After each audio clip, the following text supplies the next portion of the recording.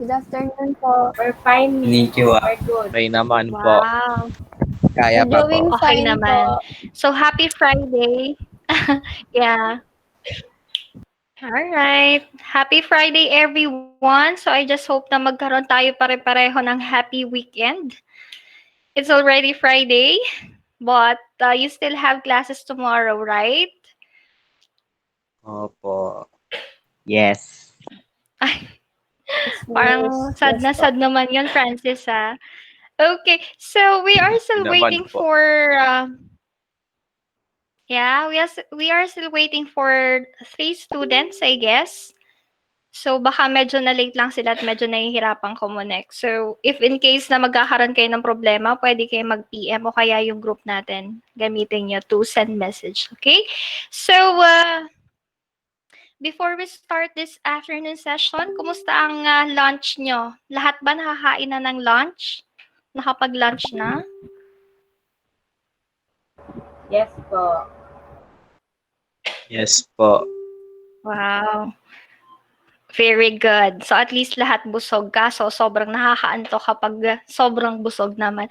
Anyway, so let us start with our session for today. So today will be consultation time, and of course I am assuming that you have studied or you have read modules number 3, 4 and 5. Am I right?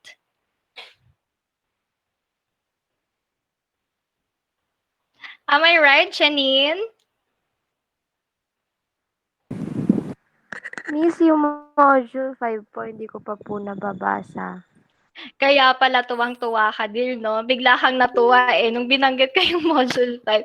Anyway, actually reading of module 5 will be, is actually scheduled today. But then, in line with the preparation for that particular lesson, I just give you some key points about that. And if in case that you have other clarifications regarding the topic, of course, feel free to type those comments and feedbacks dun sa ano natin, sa messenger, okay? Sa group chat. Okay, so welcome to our second virtual meeting. And before that, let me share to you my screen. Can you see my screen now?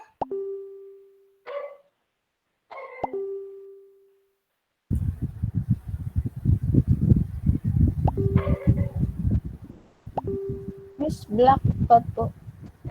Miss Black talaga Black. siya. Black. I know. I guess I am having a problem with my with my signal. Okay. Again.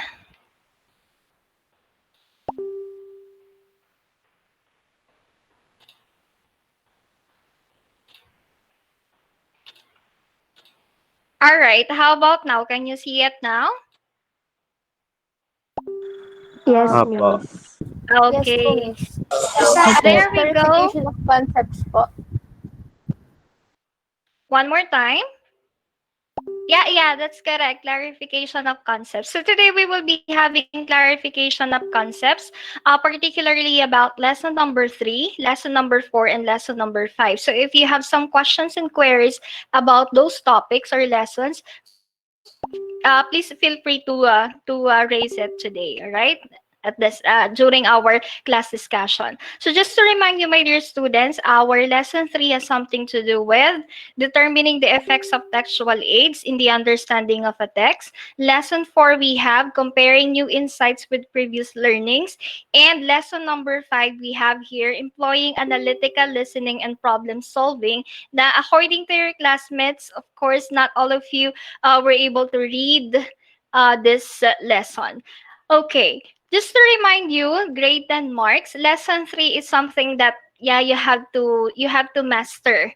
Determining the effects of the textual aids, or I mean the different graphic organizers that we can actually use in the understanding of a text. However, lesson number 4 and lesson number 5, these are not actually lessons, but of course, different skills that we have also to master. And this particular skills should have been should have been adopted and mastered as we go on with our discussions. And of course, since grade 7 natuturo na to sa inyo.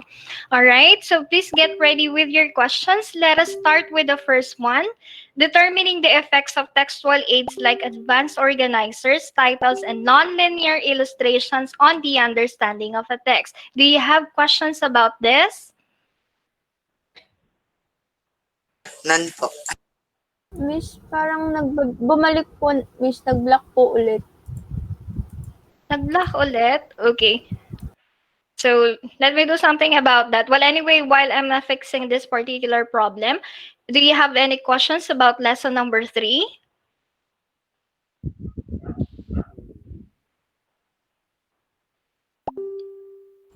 None po. None? Wow. No questions, marks? Wow, I guess it's you already understood the lesson and the home study material and graded worksheet. Well, anyway, so Ay, since if you do Miss, not may have... question po ako. Oh, yes, Jerome? Miss, paano po pag nagsama po yung dalawang type of chart po? Katulad po ng bar graph tas line graph. Ganun po. Bar graph and what do you mean nagsama sila? Parang nag-collab po, ganun.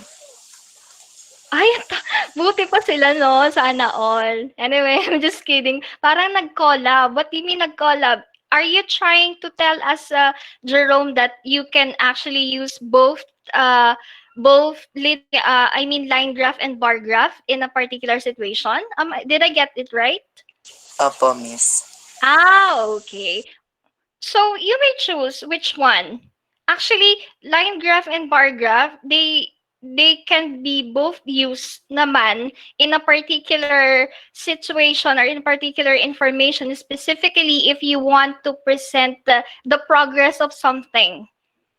So you can use either a line graph or a bar graph. So you just choose one. Okay? Miss, bawal po yung magkasama silang dalawa. Magkasama silang dalawa. How did it happen? Miss, So, yeah, please continue. para pong may bar graph tapos po kada may line connecting each bar po. Gan. So, are you trying to tell us na yung line, ginamit mo lang siya sa pag-connect ng bars? Apo, Miss. Oh, Parang anyway, ganun po. so that is a bar graph. You just use lines rather. Okay. So let me see later dun sa sa output mo, okay? Well, anyway, moving on. So, determining effects of textual aids. So, I'm so certain, my dear students, that you guys as 21st century learners, you are fond of acquiring information by means of the use of different graphic organizers. So, this is how we differentiate linear and nonlinear also. When we say linear text from the term itself, linear means, of course, lines, right? You are provided a lot of sentences, a lot of words to be to read or to master. All right. Unlike when we say nonlinear, instead of providing you people with this kind of information that should be read, the entire text should be read in linear or nonlinear text, you are only provided what? Different graphs or tables wherein you can find actually the summary of the information based on a particular text. And as we all know, 21st century learners, of course, you can learn more and you can learn faster when you're provided by a non-linear text rather than linear ones. Okay? So that's the essence and that is the importance of knowing or being familiar with the different non-linear and graphic organizer in a text. And if you will be asked to present an information, sometimes other students are, they find it they find it easier to present a particular information by means of using different graphs instead of writing an essay. Because when you write an essay under linear, of course, we have to be very strict with the structure of grammar.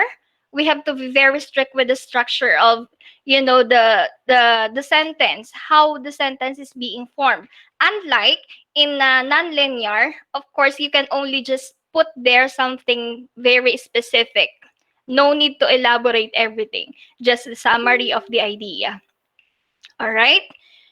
Now, we have different kinds of graphic organizers. Can you name some? And when do we use those? Let's start with Kim. What are the different graphic organizers that you know, dear? Kindly give one. Bar graph, Miss. All right, very good, Kim. Where do we use bar graph?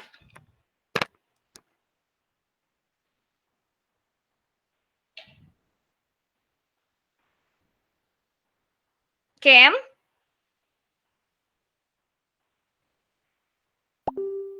Miss, ano po yun? Pwede pong paulit? Where do we use bar graph?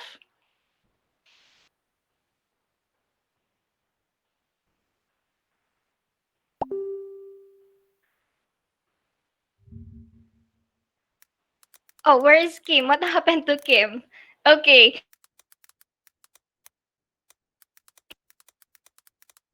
Of graphic organizer that can be used to present information. So just like what I told you a while ago, a bar graph can use to present information, particularly if we want to, to present the progress of something or the progress of specific data. All right. How about the others? What are the other kinds of graphic organizer? Yes, Janine. Miss Venn diagram po. Okay, very good. Where do we it use is Venn diagram? it is used to ano tawag doon? Miss compare two objects or things or people. Okay. Yes, that's correct, Janine. Venn diagram is used to compare or to show the ideas, particularly the comparison and the similarities and differences of two or more different things. Very good. Yes, Hannah. Hannah is raising her hand. Miss, Miss ano po, flow chart po. Very good. Flow chart. Ano po, para po ma-identify po yung process ng isang bagay, yung process po. Okay. Very good, Hannah. Yes. Okay. Flow chart is used to display or to present information, particularly if you want to show the flow or the progress of something. So do you have programming class? Mark? Last year Yes. po. Last year Yes And I po. yes. Yes po. And if I'm not mistaken, Yes my po. dear Mark, flow charting is your favorite part in programming. No Am po. I right? Fake news po. No po. Fake news po. Fake news Opo. po. Fake Fake news? news. Oh, Okay, bakit okay. naman? No definite proof. Is it really difficult to do flow charting in programming? Yes. Miss Oh. more on Yes. analyzing po. Miss, ano po? It depends on the problem, Miss. Miss, Yung ano sa po yung logic po. problema? Wala po kaming logic. Lalo na po pag may loop. Yep, yung loop. Okay. Anyway, actually, I heard the same problem with my previous students before. I don't know kung bakit iniiyakan nila yung flowchart. Now I know na. Diba? Ang hirap-hirap daw ng flowcharting to the point na umiiyak talaga yung iba. Anyway, so yeah, because perhaps the flowcharting that you do in programming is quite complicated compared to the flowchart that we do in English once you use flowchart to organize different ideas. Anyway, it's programming, so mahirap talaga siya. All right, aside from flowchart, what else? Yes, Prince? Ano po, pie chart. Pie chart, very good. Yes. It displays information of parts of a whole or percentages.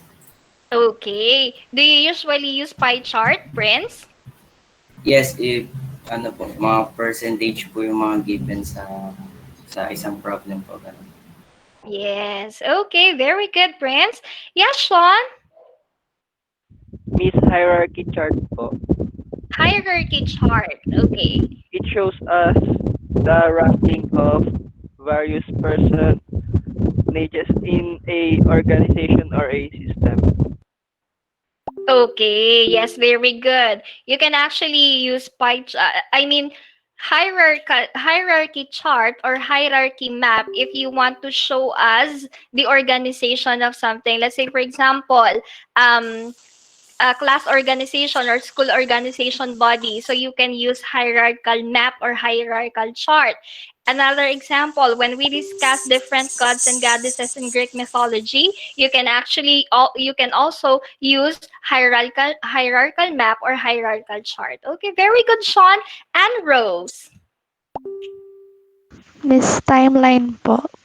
Very good, timeline. As in, timeline po is to arrange po events. Usually, historical po yung mga events na yun. Okay, very good. Very good, Anne Rose. So timeline specifically is used for historical concepts. Not just in historical concepts, but then you can also use timeline whenever you are trying to narrate a story, aside from the plot map that that we usually use. Okay, very good. What else? Yes.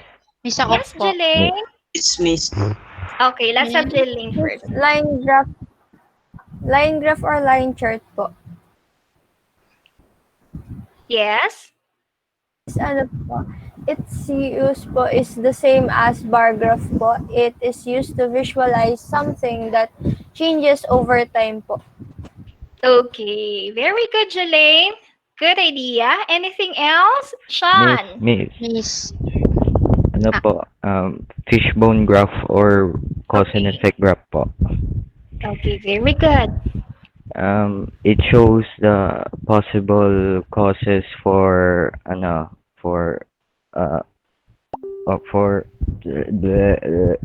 it shows the causes of an effect po.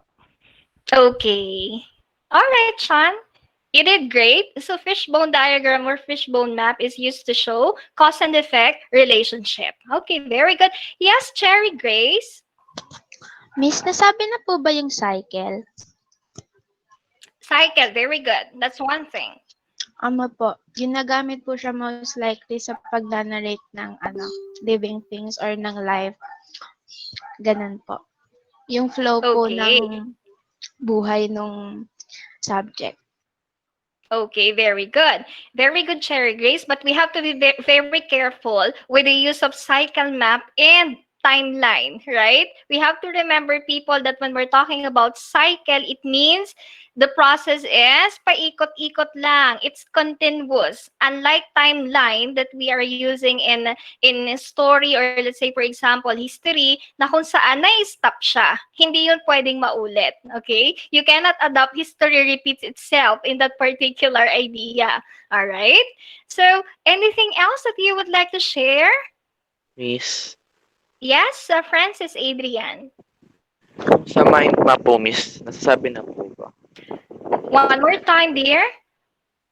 Mind map po. Mind map. Very good. Ano po, it is used po when a topic is given, tapos magbibigay po ng parang words or na connected po sa topic. Exactly. So mind map is also known as the concept web or concept map. As a matter of fact, this kind of graphic organizer is usually used whenever you are doing brainstorming, wherein you have to answer the basic WH questions and also the H questions. Okay, so that's mind map. All right, anything else? Miss, ano po? Okay, sige po siya. Austin. Sige, sino ba? Sige, ako na po muna. Ano po? Kwl chart po. Okay, very good. Ano po? It's usually used po para malaman, para po sa mga students to know po yung gusto nilang malaman, yung alam po nila, and yung yun po, yung gusto nilang malaman.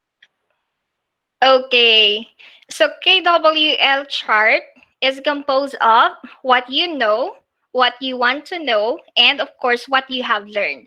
So this kind of graphic organizer is usually accomplished whenever you are listening to a particular discussion, or let's say, for example, a symposium or a meeting, right? Wherein you can jot down the things that you know about the topic, what you want to learn, and after the discussion, what you have learned. Okay, very good, Austin. Anything else, Ayeza? Yeah, Ayeza. Prayer model po. Prayer model, yes. It's used for word analysis. So we don't just learn about the definition of the word, but also its characteristics and examples and non-examples po. Okay, very good. That is actually very important, particularly in English classes, right? Because you will be given a lot of, vocabulary words. So it is very important that you know how to not only identify its meaning, but of course, how to use that particular word or those words in different forms. Say, for example, in sentences, in paragraphs.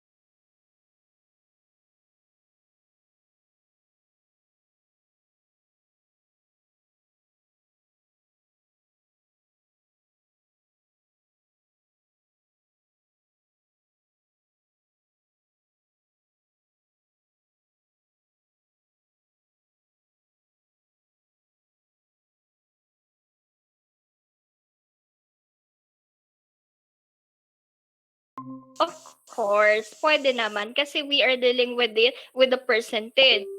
Kung gaano kalaki yung isang bagay compared to the other bodies of water. However, if you will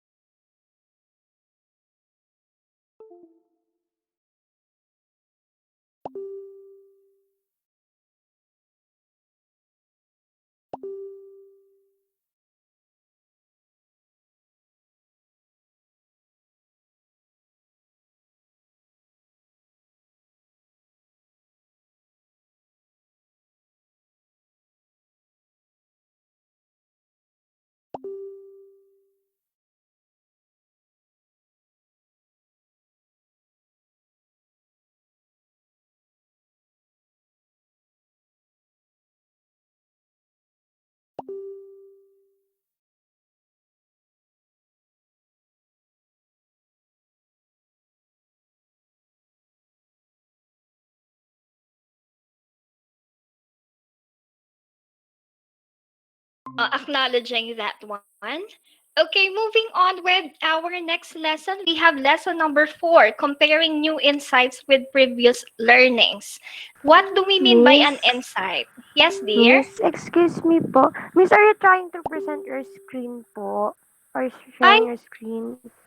yes, Wala dear. po kaming nakikita. Well, Miss, wala po Okay, kami thank you. nakikita.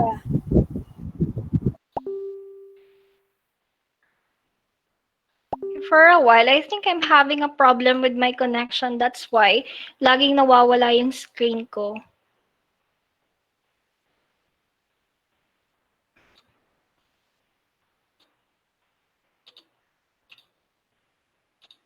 Okay, well, anyway, while I'm doing this one, what I'm trying to present to you, my dear students, is just the title of the lesson. Okay? So, no big deal about that. Anyway, you have read your module naman. So, let's wait kung kailan siya mag-a-appear. Nakakaloka naman to. Okay, comparing new insights with previous learning. What do we mean by an insight anyway?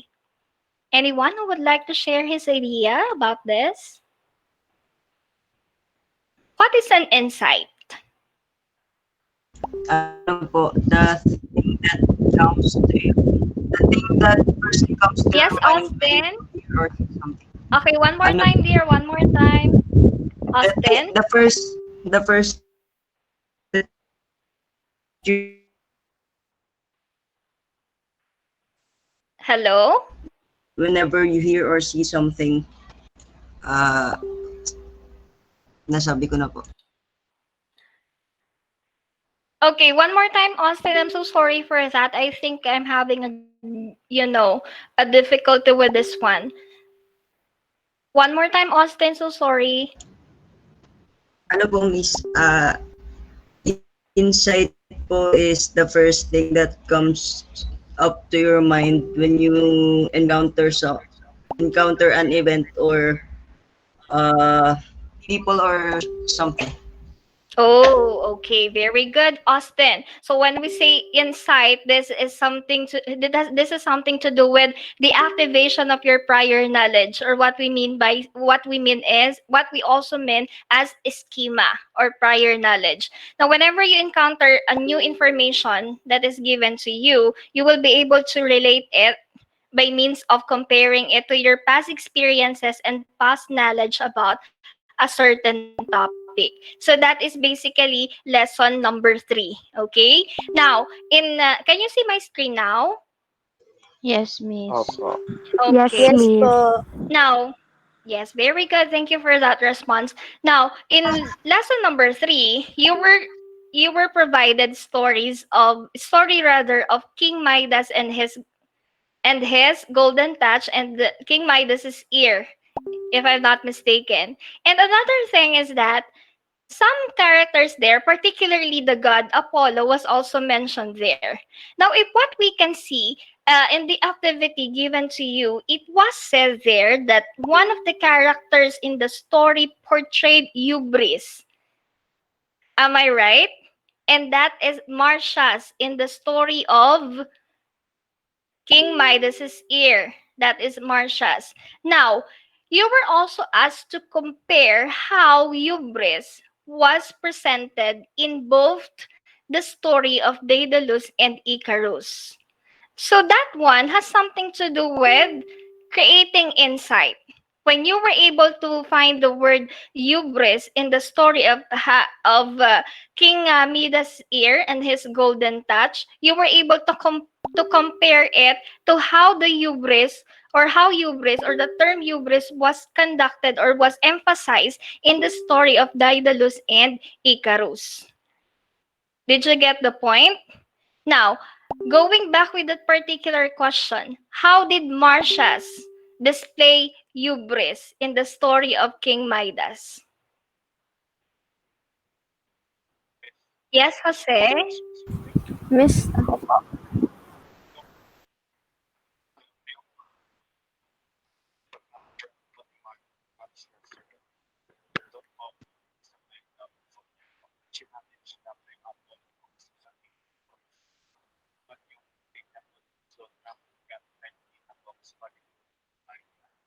Okay.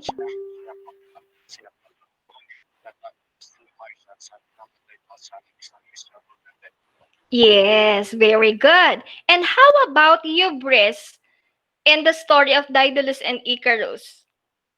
Who did hubris? Who committed hubris in the story of Daedalus and Icarus? Anyone? Yes, Miss Icarus Jaylene? po. Yes. Ano po,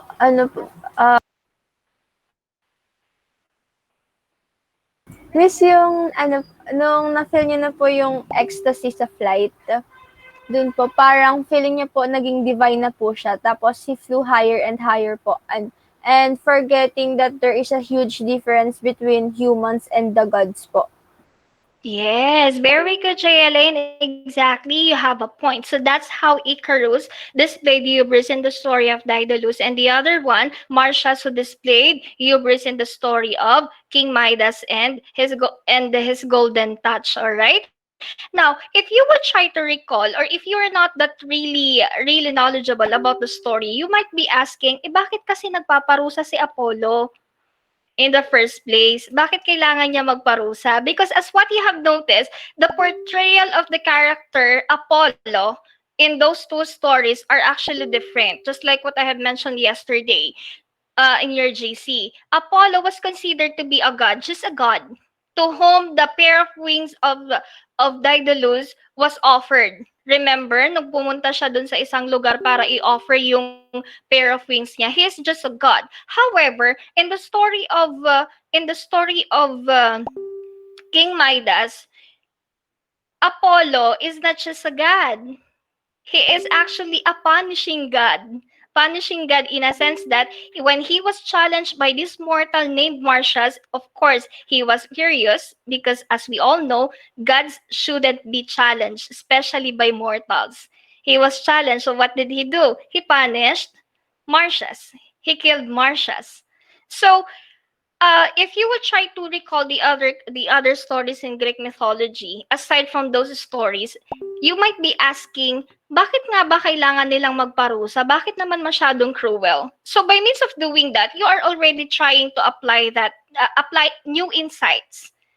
You are trying to compare your insights to the other ideas of the story. And that is the skill being emphasized in lesson number 5.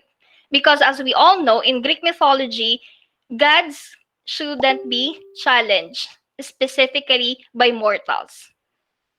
Because gods in Greek mythology are not perfect. They have a lot of insecurities. Grabe silang magtanim ng sama ng loob. That's why kapag medyo nasaling yung kanilang pride, what they do is that they punish people. They punish mortal. And another example of that, if you could recall, is the story of Arachne. Tama? Do you know the story of Arachne, who also challenged a goddess named Athena?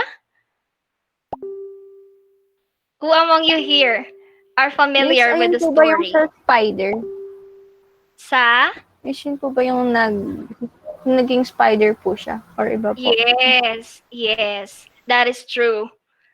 Magaling maghabi itong si Arachne. So sobrang galing niya, siyempre nabilib siya sa sarili niya, she challenged Athena. And because of that, considering her attitude and characteristic, Athena is quite, she's vengeful just like Hera. Ayaw niya nang challenge siya. So what she did is that, pinarusahan niya si Arachne. It's like saying, okay, magaling ka magtahi, magaling ka maghabi. So, forever ka magtatahi. And that is the origin of the spider Arachne. And the term arachnophobia is also derived from arachne, which means fear on, of course, spider. Arachnophobia. Okay? So, napakaraming hubris na nangyayari sa Greek mythology. It is just that the sole reason or the main reason is that hindi rin natin masisisi yung attitude ng mga gods and goddesses. If you would try to recall different stories in Greek mythology, hindi siya laban ng mga mortals eh. Specifically the story of the Iliad and Odyssey. All right? The war between the Trojans and then the Greeks or the Achaeans. It seemed like the war between those mortals is actually war among gods and goddesses, because those mortals were just manipulated by those gods and goddesses. All right? So that's how they portray different characteristics. Okay, so moving on. Do you have any other questions about this? Lesson number 4, sorry.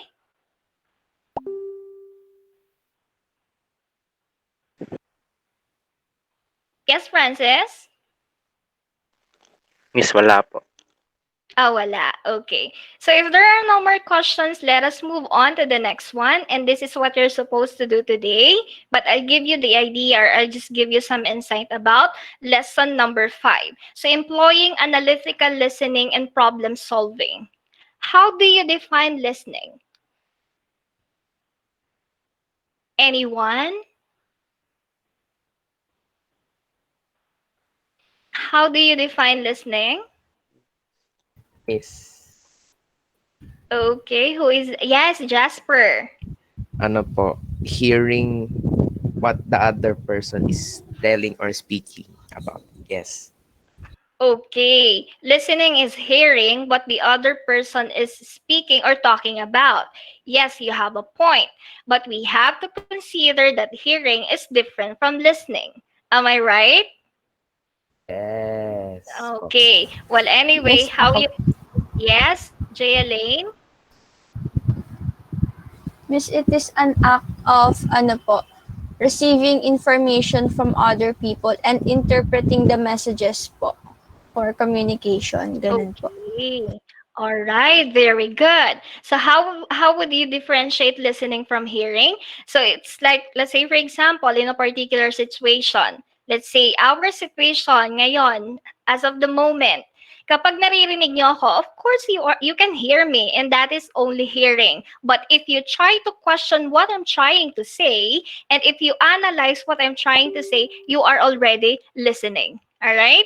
So we do a lot of listening, of course, in our daily lives, in day-to-day basis. Yung iba nakikinig, yung iba talaga nakikinig ng maayos. So that's how you differentiate listening from hearing. So listening, of course, encompasses a lot of skills. Just like what we have mentioned a while ago. Example, familiar kayo sa topic na dinidiscuss ko. And then you were able to listen and to figure out na, hala, parang mali naman yung sinasabi ni Miss. Then that's good for you because you are already listening, not just hearing. So what are those skills that we have to consider when you are trying to listen effectively? The first one, of course, is you try to evaluate if the information you receive is accurate or not. Am I right?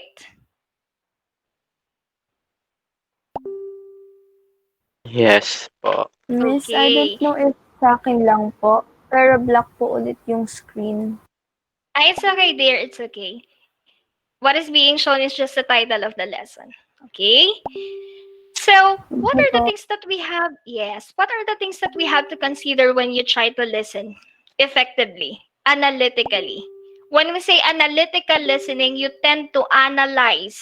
From the term itself, analytical, you tend to analyze the information that you get or that you receive. And one specific skill that you have to develop in analytical listening is by means of identifying a fact from opinion.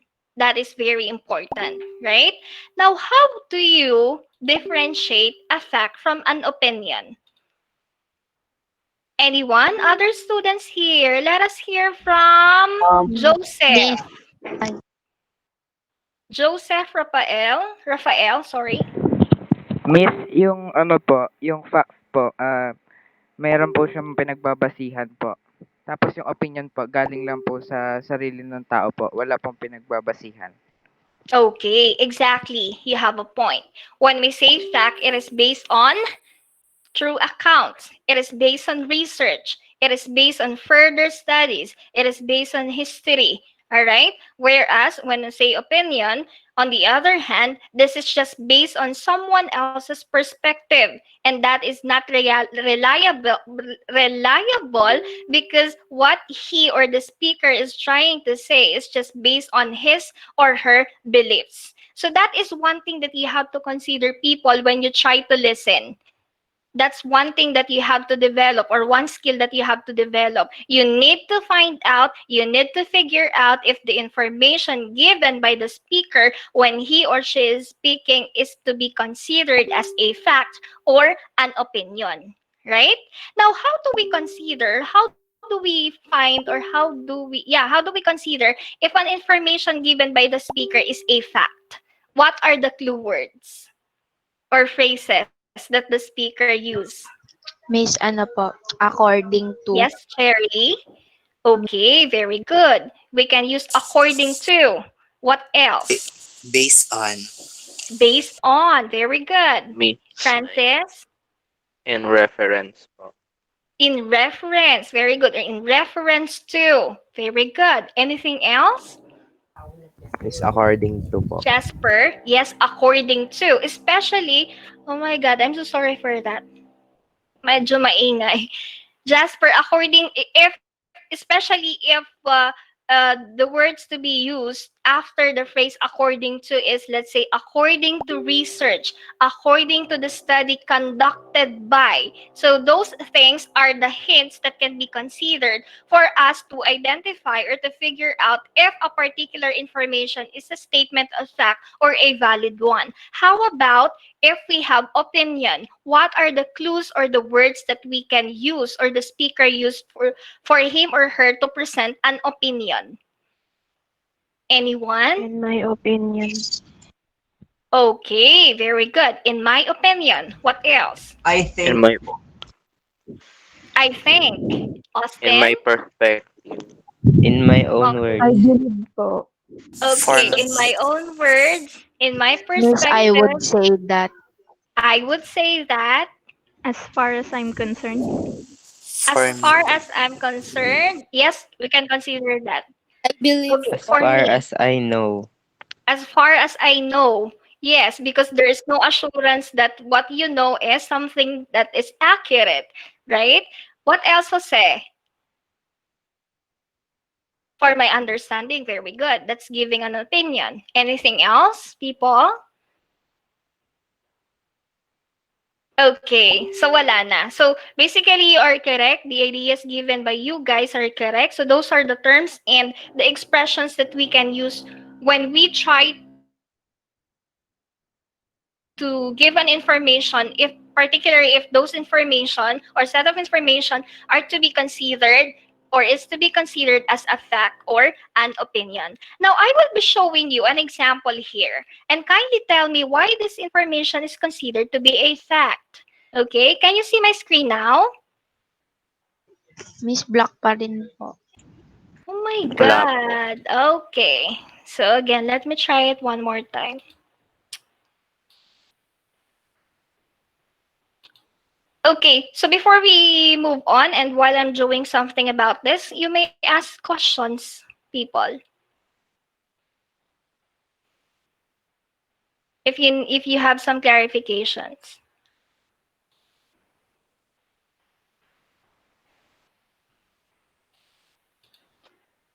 Ala? Okay, can you see my screen? Opo. Yes, Miss. Okay. So the first one here, statement of fact. May I ask Kim Fernandez to please read the first statement? Miss Color Black po ulit. Oh my God. Black ulit? Miss, Yes pawala-wala po. po. Yeah, kasi I'm having a problem with my connection. It sucks.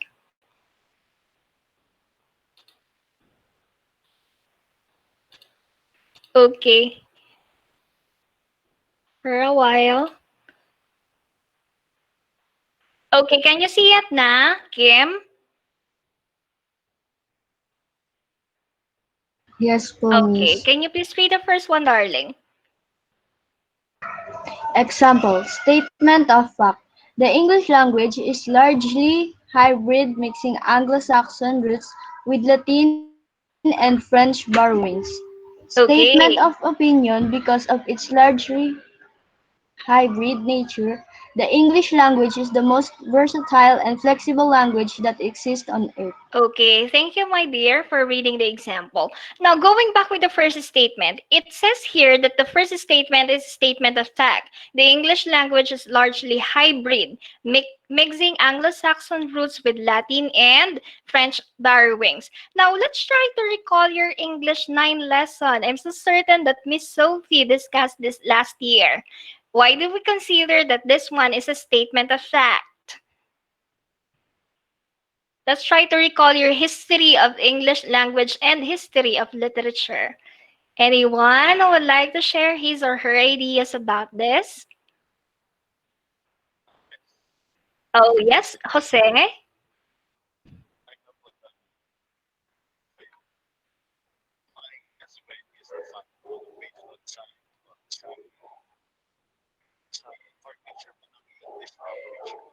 Yes.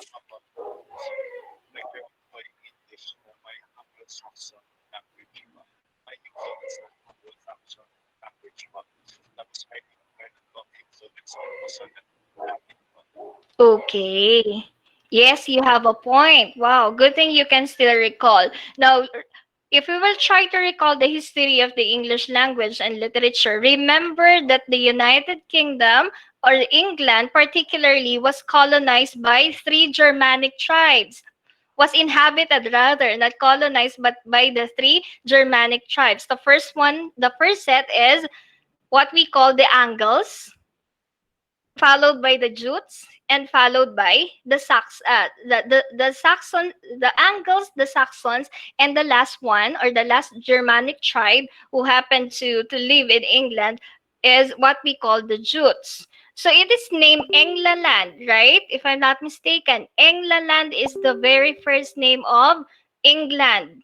It is derived from the land of the Angles. That's why it's England, and they have this particular language which is known as English. So those are the three Germanic tribes that inhabited England. All right. Now it was also mentioned here that the word English, or the language English rather, has a roots with Latin and French borrowings.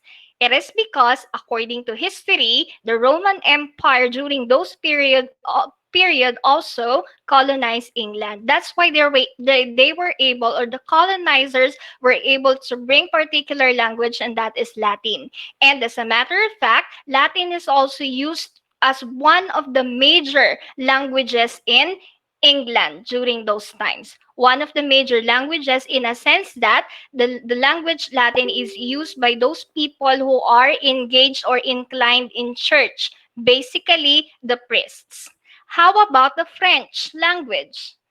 Of course, this one also has something to do with colonization.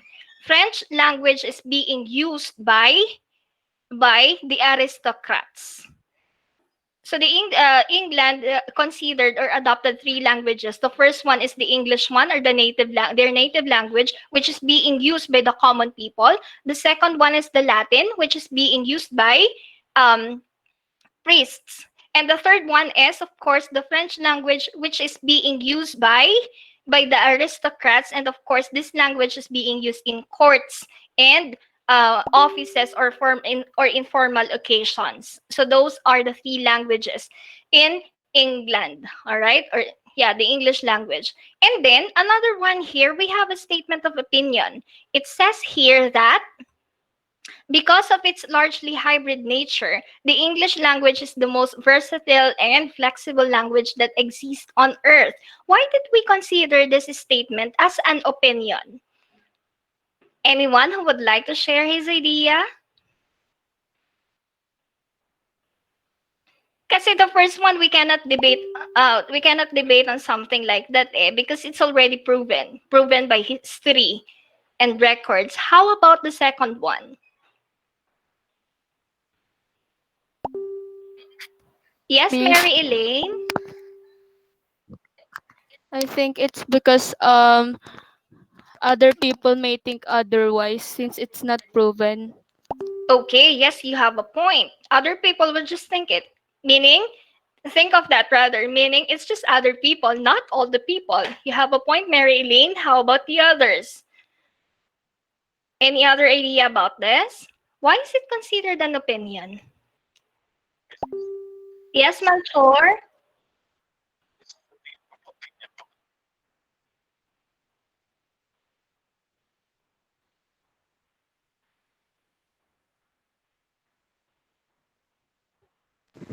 Yes.